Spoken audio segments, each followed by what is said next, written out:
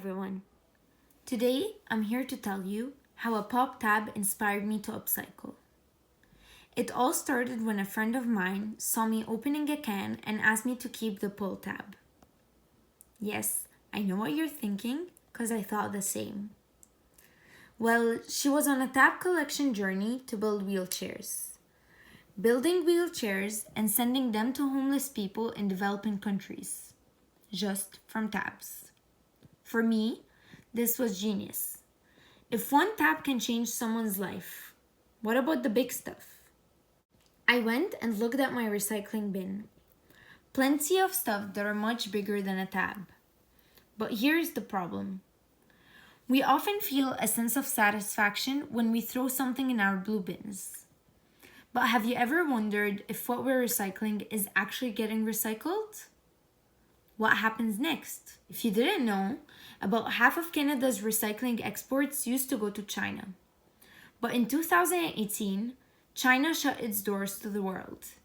So today, some products we thought were being recycled overseas have nowhere to go. A lot of what you think is being recycled is actually getting sent to landfills. Glass bottles are not biodegradable, so it takes them over 1 million years to decompose. Plastic bags take 500 years to forever, and the list goes on. Let's think about this for a second. Reduce, reuse, and recycle.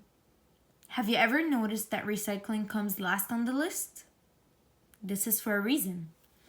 Recycling is great, but upcycling is greater. Because you're reducing the chance of things ending up in landfills and repurposing them in a creative way.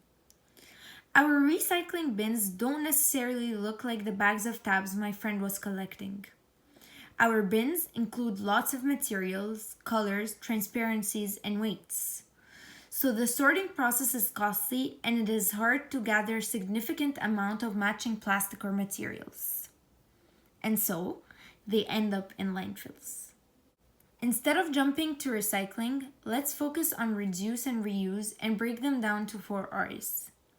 Reimagine, rethink, recreate, and reevaluate the products we're getting rid of.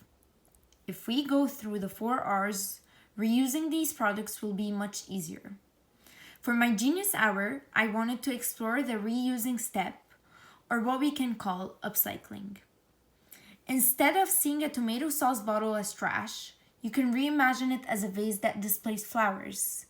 We can rethink many of the items we throw away and repurpose them into something more useful.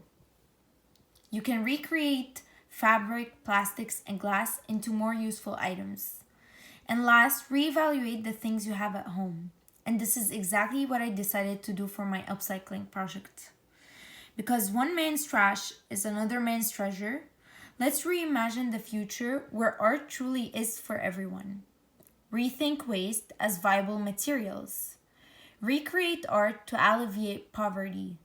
Reevaluate your impact against climate change and our environment.